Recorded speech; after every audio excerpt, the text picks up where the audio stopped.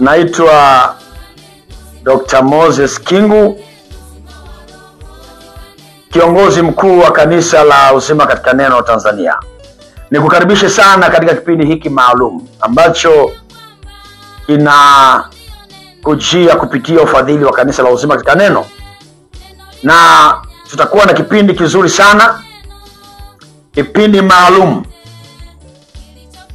Kipindi hiki maalum kitakuwa kinajulikana kwa jina la Wakati wa Majibu ni Sasa. Kwa maana ya kwamba wakati huu ndio Bwana anaenda kuachilia majibu. Nasikia kuchochewa imani kwamba uzima, mafanikio yanapatikana kwenye neno. Basi mpenzi wangu mtazamaji, naona tuko tayari sasa moja kwa moja nikuletee neno ambayo itainua imani yako. Na nimegundua kwamba huduma ya Yesu duniani ilijengwa kwa kutatua matatizo ya watu. Yesu alileta ufalme ambao ulikuja kukabiliana na ufalme wa giza, ufalme uliotesa watu, kandamiza watu, ulioumiza watu, uliopanda magonjwa, maradhi, umasikini, vifo, huzuni, fadhaa. Na ufalme huo wa giza ndio unatesa watu mpaka leo. Yesu alikuja na ufalme wa nuru kuvunja ufalme huo, kuharibu ufalme huo na kuangamiza kazi zake. Na akasema wale waaminio nimewekeza majibu kwao ili waendeleze ile kazi. Napenda nimshukuru Mungu kwamba Mungu anatumia sasa hivi watumishi wazuri sana duniani. Na Mungu ashukuriwe kwa vipawa vya baraka sana ambazo Mungu ameinua watumishi wake. Lakini na mimi pia kwa unyenyekevu mkubwa sana napenda kumshukuru kwamba na mimi amenichagua kuwa miongoni mwa wale aliowachagua apitishie majibu kwa kizazi hiki, apitishie majibu kwangu kwa ajili ya watoto wake, watu wake wa thamani aliowaumba. Kwa hiyo wewe ambaye unafuatana mimi, nataka nikuahidi, nikutie moyo, usivunjwe moyo na jambo lolote. Yesu alikuja kwa ajili yetu, na hivyo nimebeba majibu. Nasikia nina majibu kutoka katika ufalme wa mbinguni kwa ajili yako. Kuna mtu mmoja akasema hivi, msomi mmoja akasema hivi, maisha ni nini? Maisha ni nini? Akajibu, na swali jibu lake nikalipenda. Nilipolishia jibu lake nikalihusisha na swali hilo hilo kiroho, nikaona inafanana kabisa. Aliulizwa hivi kwamba maisha ni nini? Maana ya maisha. Akasema maisha yanatafsiriwa katika maana mbili tu. Kwanza ni kushughulika kutatua vikwazo, kuondoa vikwazo vilivyo mbele yako, kushughulika na vikwazo ambavyo vipo kwenye mazingira yako. Kuna vikwazo ambavyo vinataka kuzuia usiishi miaka mingi, ndio unatengeneza hospitali ukiugua uzuie usife mapema. Mazingira yanakuzuia usifikie mafanikio, unatumia njia ya kutatua ili ufike unakotaka kwenda. Kwa hiyo akasema maisha ni kupata uwezo wa kutatua matatizo, vikwazo vya maisha. Na ukishindwa kutatua vikwazo, maana yake unakwisha. La pili akasema hivi, maisha ni kutafuta furaha kwenye maisha. Kama utaweza kuishi miaka mingi, lakini ukawa mgonjwa, ukawa masikini, huna chakula, huna pa kulala, huna cha kuvaa, jamii yako, watoto wako wana matatizo, hawana kazi, kwa vyovyote maisha marefu hayo hayatakuwa na maana yoyote. Kwa hiyo la kwanza ni kushughulika na kile kinachozuia usiishi, na cha pili ni kuhakikisha unapata furaha katika dunia hii. Na maana hiyo hiyo Yesu alitangaza tangazo kwenye kitabu kile cha Mathayo 11 mstari wa 28, anasema, njooni kwangu ninyi nyote wenye kusumbuka na kulemewa na mizigo, nami nitawapumzisha. Mujifunze kwangu, nanyi mtapata raha. Unaona neno hilo, raha, maana yake furaha, amani. Yesu anawaalika watu kwamba waje kwake ili kwamba atatue matatizo, aondoe vikwazo, aondoe mizigo ya magonjwa, ya maradhi, ya umasikini, ya mateso, awape raha, furaha, amani. Kwa hiyo kwenye kipindi hiki nitakuwa nashughulika na mambo hayo. Nitakuwa nashughulika na kuondoa vikwazo, matatizo, viti ambazo zinashindana na maisha yako. Ndio nimekwambia, kumbuka kipindi hiki kinaitwa wakati wa majibu ni sasa. Na tumebeba kwenye msingi wa Wakorintho wa pili sura ya 6 mstari wa 2, ambao unasema hivi, unasema, wakati uliokubalika nalikusikia, siku ya wokovu nalikusaidia. Tazama, wakati uliokubalika ndio sasa, na siku ya wokovu ni sasa. Ndio Bwana akaniambia, huu ndio wakati ambao nimeutenga niweze kuachilia majibu kwa mtu ambaye wakati huu ana maumivu, ana mateso. Kwa hiyo inua imani yako na utapokea majibu leo. Lakini kipengele cha leo ambacho nataka uzingatie, neno linatoka kwenye kitabu cha Luka 7 mstari wa 7, mahali ambako yule akida alikuwa na mgonjwa wake, ana shida, karibu ya kufa. Ndipo Yesu walipomwijia huyo akida akasema hivi, huna haja ya kuja mpaka tugusane mikono, huna haja ya kuja mpaka nyumbani kwangu. Akasema neno ambalo ndilo nataka nikupatie. Akasema, sema neno tu na mtumwa wangu atapona.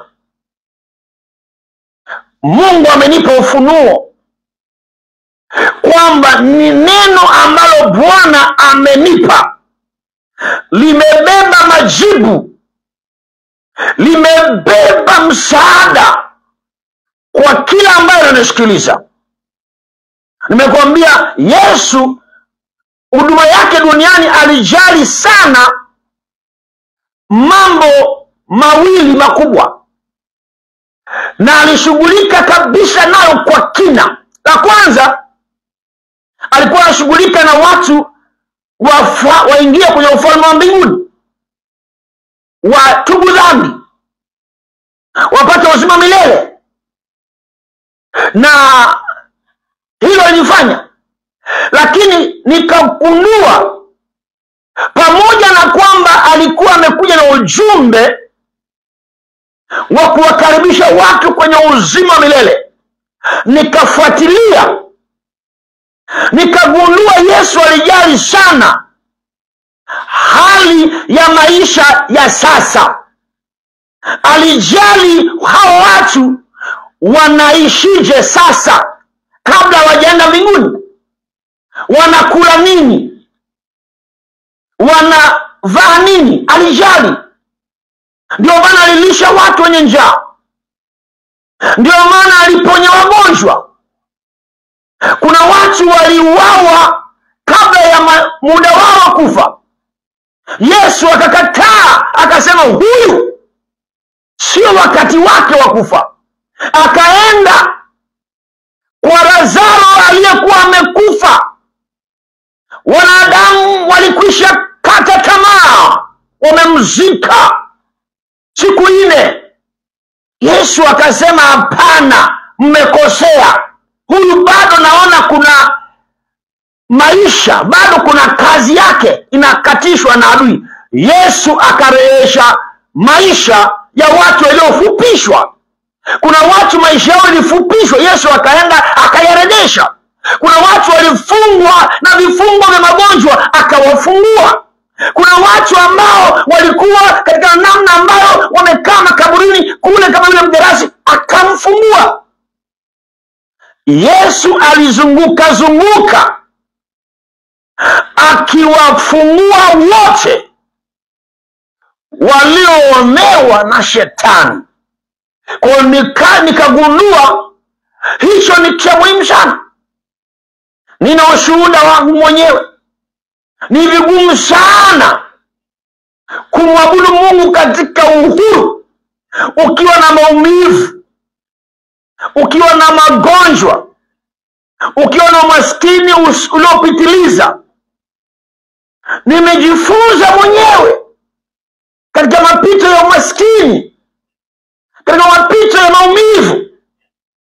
Unashindwa kuomba. Mtu ambaye anasikia mwili unauma kila wakati hawezi kuomba, anasumbuka sana, ana mateso mengi, anapiga kelele na kulia. Ndio maana Yesu alikuwa anajali sana hali za maisha ya hapa duniani. Na ujumbe alionipa ni kwamba kumweka huru mtu kamili, roho, nafsi na mwili. Kwa la kwanza ambao sitaliongelea leo, ndio hiyo nimekuambia. Yesu alikuja ili atangaze sera ambazo zinawaruhusu watu kumchagua. Na akasema sera yake ya kwanza, alisema ni anatangaza upendo. Alikuja kuonyesha upendo. Ya pili, alikuja kusamehe dhambi watu wote ambao wametenda madhambi. Ya tatu, alikuja kutupa nafasi sisi tupewe uwezo wa kuwa watoto wa Mungu.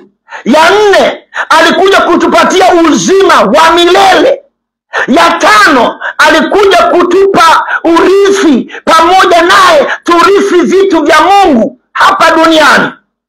Ya tano, alikuja kutupa mamlaka, tushughulike na yule adui shetani, tumweke chini ya miguu yetu. Ya sita, alikuja kutupa uraia, kuwa raia wa mbinguni. Na ya saba, alikuja kutumilikisha utajiri wa dunia hii, tuutawale, tuumiliki na kuweza kusaidia wengine. Kwa hiyo hizo ni baraka 7 ambazo Yesu amezileta za kiroho. Sasa katika hiyo akajua ya kwamba shetani amecheza na maisha ya watu. Hata wananisikiliza waweza kusema mimi sasa sina hiyo imani ya vitu hivyo. Usijali. Ndio maana Mungu analeta msaada kupitia watumishi. Kuna namna mbili za kupokea majibu kutoka kwa Mungu. Ya kwanza ni wewe mwenyewe kuamini neno. Sasa watu wengi hiyo sifa hawana. Lakini sifa ya pili ni wewe kuamini yule aliyetumwa na yeye. Mtumishi aliyetumwa, ukimwamini yeye inatosha. Wewe niamini mimi sasa hivi, amini kwamba huyu nabii wa Mungu, mtume Moses King, sasa hivi ndio mgao wangu unaletwa kupitia kinywa chake. Kwa hiyo wewe ambaye hata hujui mlango wa kanisa, hata hujajua Biblia iko wapi, hata hujawahi kwenda popote, naongea na watu kama hao ambao wakati huu hawajui hata kuomba, hawajui hata kwenda kanisani. Hao ndio Bwana amenituma niwaambie, jipeni moyo ya kwamba Bwana amejua ulivyo, lakini anajua thamani yako. Unisikilize na uamini, kuna jambo linaenda kutokea kwako. Kuna jambo linaenda kutokea kwako. Sasa hii na nitaenda kuomba kwa namna ambayo kuna nguvu itashuka hapo ulipo. Kabla siomba ni kuonyeshe Yesu akasema ya kwamba muaminini Mungu, muaminini Mungu. Na hii alisema baada ya kutamkia maneno mti, na ule mti ukanyauka, ukakauka. Wale wanafunzi wakashangaa, inakuwaje kwa maneno tu mti umekauka? Ndivyo ambavyo miujiza ya neno inayotamkwa na mtu aliyetumwa na Mungu ilivyo. Walipotamka maneno yale ya Yesu yakaua ule mti, ndipo wakauliza, mbona huu mti umekauka? Kwa sababu tumeuambia. Akawaambia, muaminini Mungu, muaminini Mungu. Sasa ninataka uondoe imani yako kwa wanadamu, ondoa imani yako kwenye uwezo wako. Kuna tatizo wakati ambao tumemweka Mungu namba ya pili. Kama tukipata shida, utasikia tunawahi kwenda kwenye hospitali, sikatai. Tunatafuta kwanza wanadamu watusaidie. Tukikwama huko, utasikia hata madaktari ukishakwama wanakuambia jaribuni na kwenye maombi. Yaani tunaanza kwanza kutafuta msaada kwa wanadamu, halafu tukikwama ndio tunaambiwa jaribu sasa na kwenye maombi. Unaona, hiyo ndio hali ya binadamu ya kujaribu kujitegemea wao, kujisumbukia wao, kutatua mambo yao wao, kuondoa shida yao peke yao. Wanapofikia wamekwama kabisa, ndipo wanageukia, hebu sasa nendeni kwa Mungu mkajaribu na kwake. Nataka nibadilishe kipaumbele. Yesu anawaambia, muaminini Mungu. Wapendwa, dunia ya sasa inaangamiza, inaumiza. Shetani hutaweza kumshinda kwa mipango mizuri, kwa elimu nzuri, kwa mikakati mizuri. Shetani anashindwa kwa mamlaka ya kimbingu ambayo inaachiliwa wakati huu. Shetani ni roho, na yeye hutumia vyombo mbalimbali ambavyo vinatumia miili. Anatumia wanadamu, anawaingizia roho ya uchawi. Anatumia wanyama, anatumia viumbe. Kwa shetani hutamuona kwa macho. Anavaa miili ya magonjwa, anavaa miili ya umaskini, anavaa mwili ya kifafa, anavaa mwili wa TB, anavaa mwili mbalimbali, anakuja kwako, na anapokuja kwako anaondoa thamani yako. Kuna watu thamani zao zimeondolewa, wanalala vitandani muda wote, hawawezi kutembea, wamewekwa kwenye gereza. Kuna magereza ya kiroho ambayo hayaonekani kimwili. Kazi hiyo ni ya shetani. Shetani, kama ambavyo yako magereza ya mwilini, yapo pia na magereza ya rohoni. Kuna watu wamewekwa gereza la kiroho, wamefungiwa gereza la kiroho, wamekamatwa, wamefungwa pingu, na wanapigwa na wanateswa, na hawawezi kufunguliwa kwa njia ya bidii, kwa njia ya elimu, kwa njia ya mipango ya kibinadamu. Kama umefungwa kichawi, lazima umtumishi aliye kiroho, anayesafiri kiroho, anaweza kwenda ulimwengu wa roho, aende angalie watu umewekwa kwenye njia panda, umewekwa kwenye mikuyu, umewekwa kwenye mito, umewekwa kwenye majeneza, umewekwa kwenye baharini, umewekwa, akili yako imechukuliwa. Shetani ana uwezo wa kuchukua akili yako, kuchukua ufahamu wako, na geuze moyo wako ili moyo wako uwe ni moyo wa mnyama. Alifanywa hivyo Nebukadneza, alipewa moyo wa mnyama, akahama nyumbani, akaenda porini. Alifanywa hivyo Mgerazi, aliondolewa moyo wa kukaa na jamii, akaenda kwenye makaburi. Unaweza kuondoa moyo wa ustaarabu na uadilifu, unawekewa moyo wa ukahaba, unazunguka mitaani. Wewe sio, kuna roho inapandwa ndani yako. Ile kapandwa roho ya wizi na ujambazi, inapandwa roho ya uongo, roho ambayo inakupelekea unaswe, uangamizwe. Na watu wengi hawajui kwa nini tabia hii naichukia, lakini imenishinda. Hiyo ni mambo ya rohoni, mpendwa. Ndio maana huwezi kushinda. Umeyachukia, lakini unajaribu kurudia tena na tena.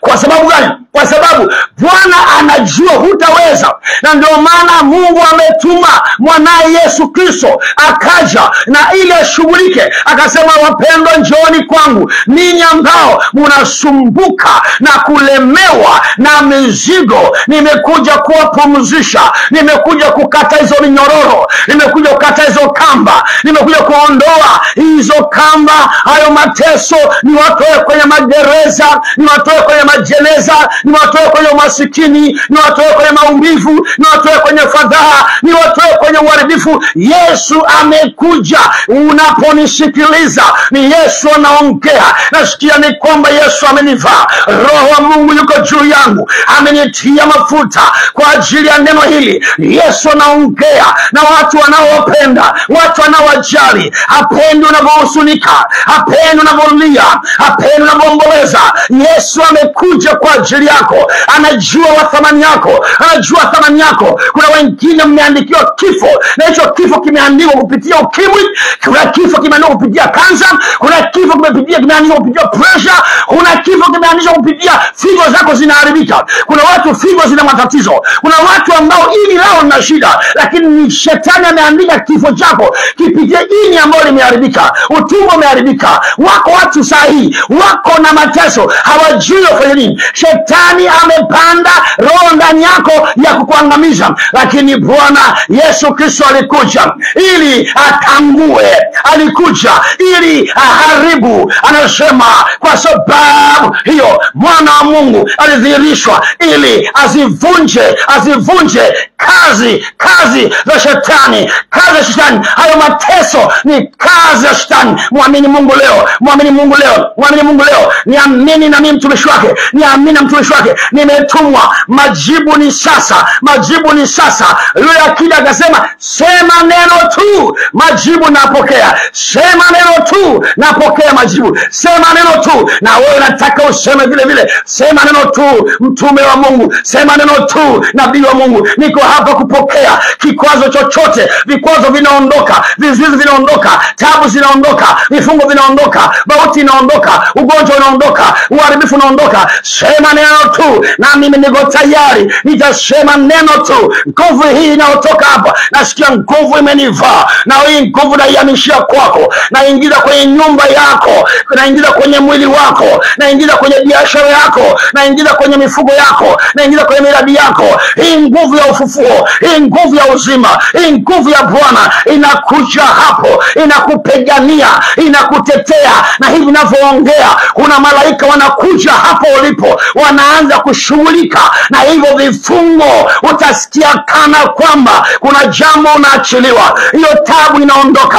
unaona maumivu yanaanza kuondoka. Kumbuka Mungu ameniambia ni kwa neno nitume nguvu, ni kwa neno niachilie majibu, ni kwa neno nitume nguvu. Saa hii huyu mtu anayelia anasikia maumivu sana katika tumbo lake, ninatuma afya inaingia. Angalia, uponyaji unaingia kwenye tumbo hilo, ndio nguvu ya uponyaji inaingia kwenye tumbo. Angalia mtu huyo ambaye pressure inamfanya achanganikiwe, ninatuma nguvu ya uponyaji. Pressure inarekebishwa, pressure inarekebishwa, pressure inarekebishwa, inarekebishwa. Kuna mtu ambaye moyo wake umepanuka, naona kwamba Bwana anaurudisha moyo. Ninaumba moyo, naamuru katika mamlaka ya kiumbingu, naumba moyo mpya na kuumbia moyo mpya.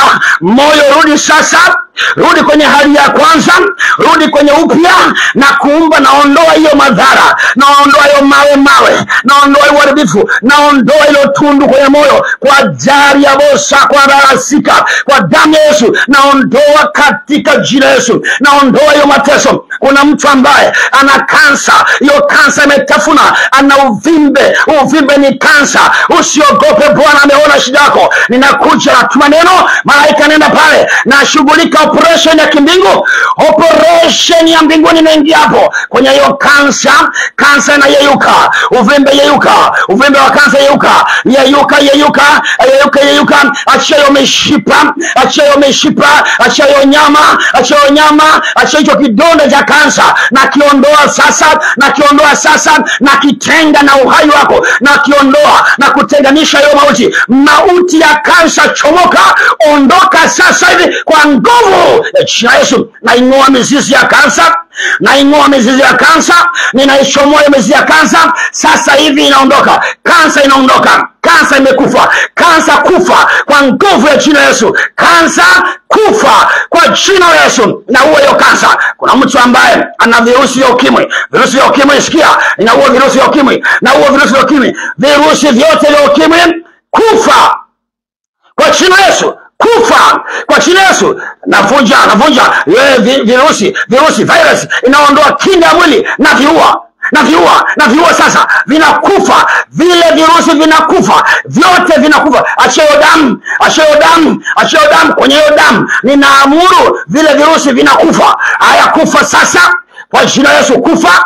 Achia damu hiyo, achia damu hiyo. Mauti ya ukimwi toka ndani ya hiyo damu, na kuamuru toka mauti. Huwezi kuua huyo mtu. Nimemtoa kwenye kaburi, nimemtoa kwenye hicho kifo. Nafuta hati ya kifo, na iondoa hati ya kifo kwa jina la Yesu Kristo. Na wataka sasa, nasikia kama nguvu ya uponyaji inashuka juu yangu.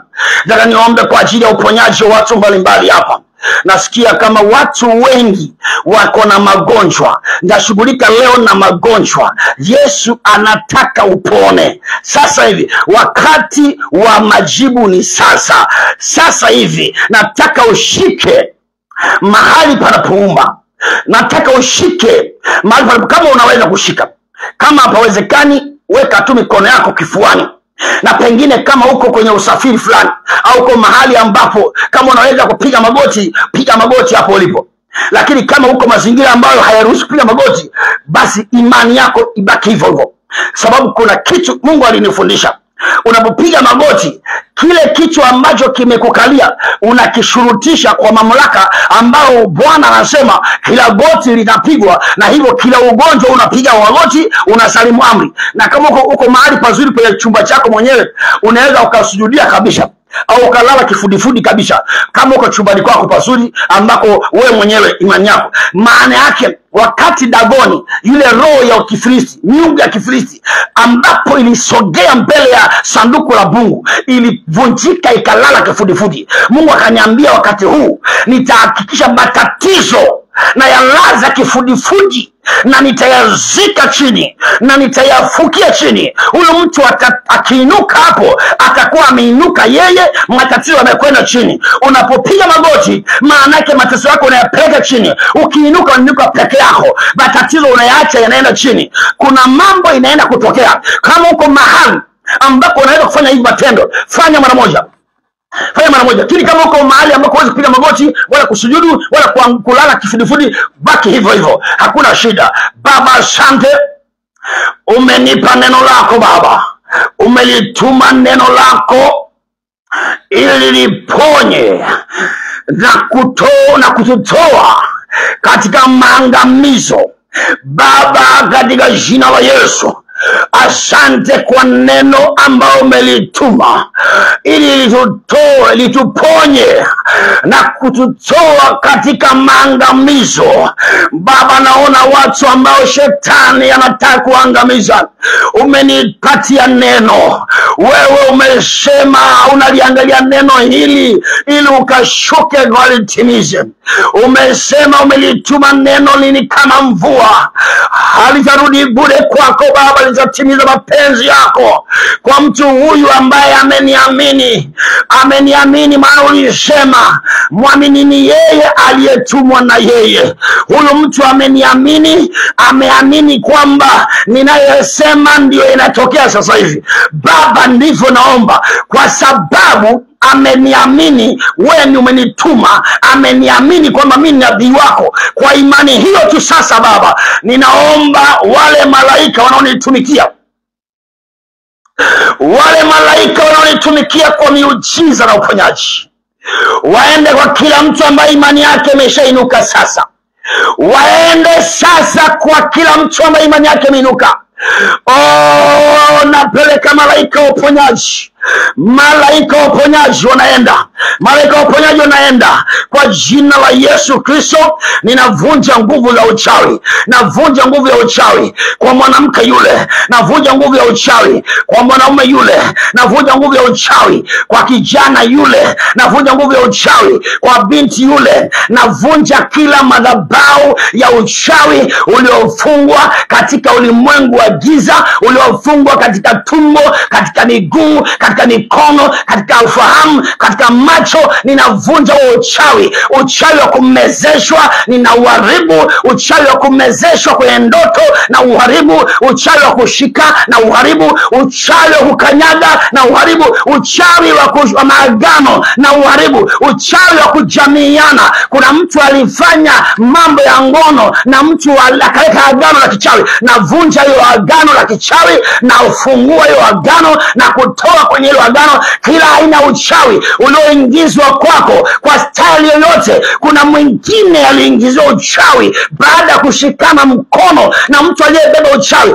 Uchawi sasa na uua. Uchawi ulioingia kwako kupitia mkono wa mtu mbaya na huo uchawi unakufa. Uchawi ulioingia kwako kupitia nguo ulizoazimwa, ninaondoa uchawi. Kuna uchawi uliingia kwako kupitia nguo ambazo ziliibiwa. Kuna nguo ya ndani ilipotea, baada ukaiona hiyo nguo ilichezewa michezo. Na siku unaona kuna wanawake ambao siku zao zimevurugika, siku zako zinavuka. Unashikia unashangaa leo umeingia siku kadhaa, mwezi mwingine zimeingia mara 2 kwa mwezi.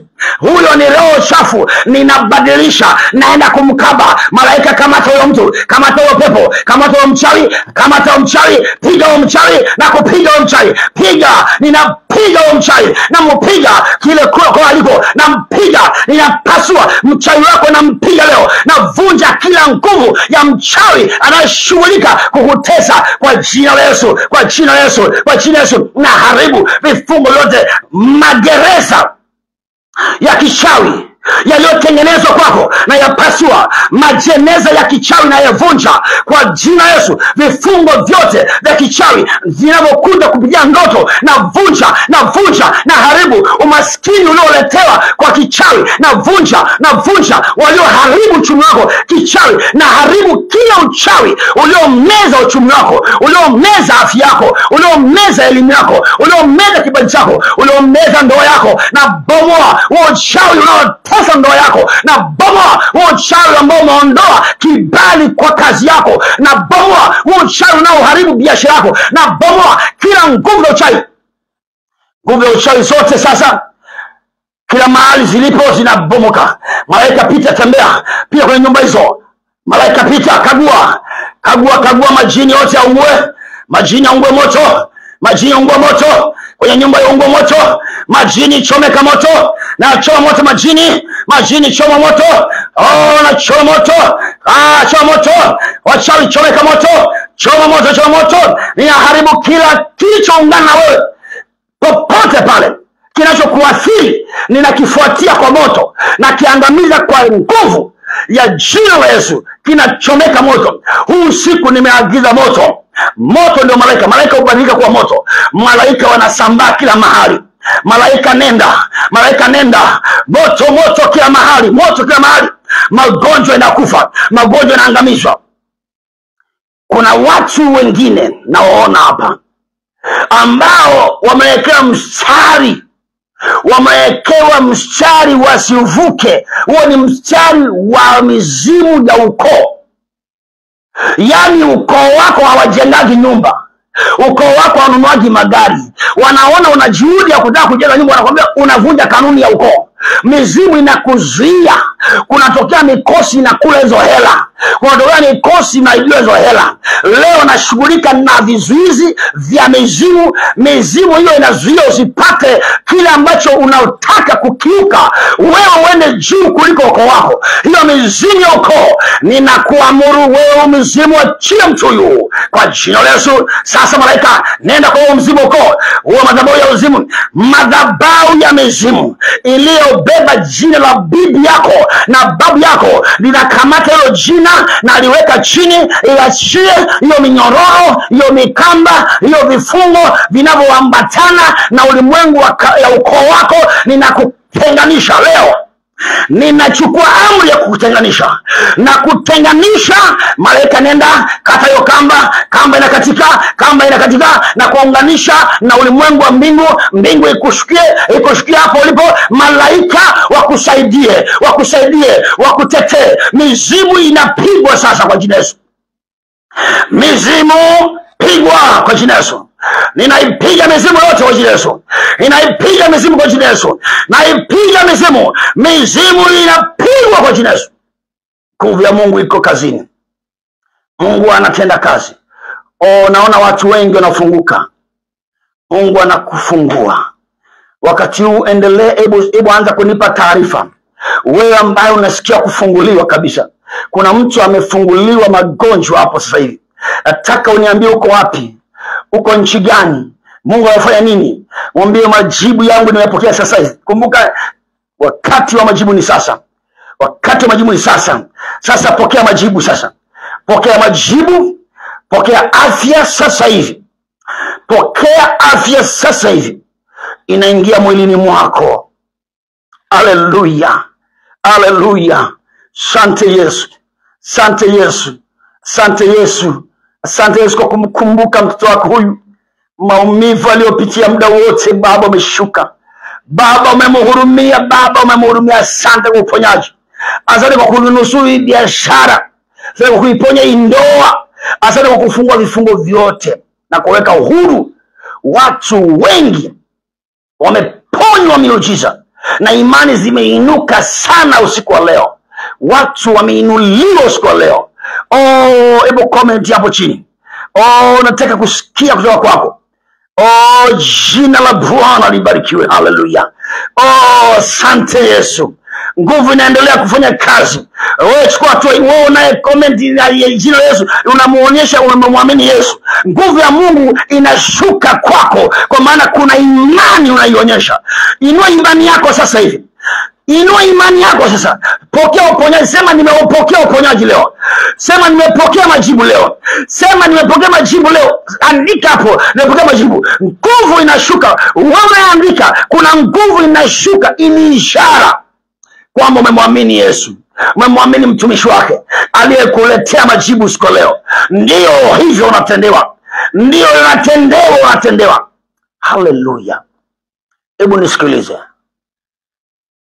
Nisikilize tena. Kuna watu wanasema na mhitaji Yesu, nahitaji kuokoka. Hakuokoka. Wako hao watu wanasema, baba, mbona ukutuambia mwanzoni? Nasikilize, nimekuambia Yesu anajali mambo hayo yote. Na mimi Mungu ameniambia kuna watu ambao Mungu anawatendea muujiza.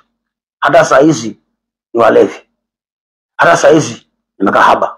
Hata saa hizi hawajaokoka. Hata hawaingii, hata hawajui mlango wa kanisa. Hawajui kabisa. Mungu anaponya. Mungu wangu hana ubaguzi. Yesu alipokuja alikuwa anatatua shida za watu wote. Yesu hakuja kwa Wakristo, alikuja kwa wanadamu. Na mimi nimetumwa kwa wanadamu wanaoteseka. Ingawa ninajua kuna wana wa ufalme na kuna wana wa nchi. Najua hiyo. Kwa mfano wakati nenda kuombea sala kumpokea Yesu. Unajua katika serikali zote zile kuna loyal, kuna ile loyal family au serikali. Unaona Tanzania kuna serikali inakuwa na watu wachache tu. Yuko rais na baraza la mawaziri, kwa mikoa, bunge na hao wanawakilisha nafasi za kisheria kuweza kusimama kama viongozi. Sasa hao ndio tunawaita, ni kama tungewaita ni watu waliochaguliwa kwa lugha ya kimbingu. Sasa kwenye ufalme wa Mungu kila aliyeokoka sasa anakuwa amepewa cheo fulani, lakini ana uwezo kusaidia hata wale wengine ambao hawajaingia kwenye ufalme. Ndio maana kila aliyeokoka anakuwa ni loyal family, ameingia kwenye familia ya kutawala. Yeye mwenyewe sasa anapewa uwezo wa kukanyaga wachawi, kukanyaga mizimu, yeye mwenyewe. Lakini wewe ambaye hujaokoka, wewe unanitegemea mimi. Wewe unategemea mimi. Hata kama hujaokoka, mimi hiyo mizimu imeshakuondoka, imekuachia. Sasa unapompokea Yesu sasa hivi, Yesu Kristo atakulinda. Na kuombea sala hii, muamini Yesu Kristo. Sema, Bwana Yesu, mimi ni mwenye dhambi. Nimetawala maisha yangu mwenyewe na kufarakana na wewe. Leo najutia dhambi zangu na kukaribisha maishani mwangu. Uwe Bwana na Mwokozi wangu. Kuanzia leo namkataa shetani na mambo yake yote. Najiunganisha na wewe, niwe mtoto wako, nikutumikie, nitawale na unimiliki. Najitoa kwa hiari yangu, na kwa sababu hiyo nakataa mikataba yote, maagano yote iliyowekwa na wazazi na mabibi inaonitesa. Kuanzia leo naivunja hiyo maagano kwa damu ya Yesu. Mimi sio mali yenu tena. Najitenganisha na laana zote. Najitenganisha na vifungo vyote vilivyokuja kupitia maagano. Mimi nimepokea uhuru kupitia damu ya Yesu. Mimi ni mtoto wa Mungu kuanzia leo. Kwa jina la Yesu Kristo nimeokoka. Amen. Mungu akubariki sana.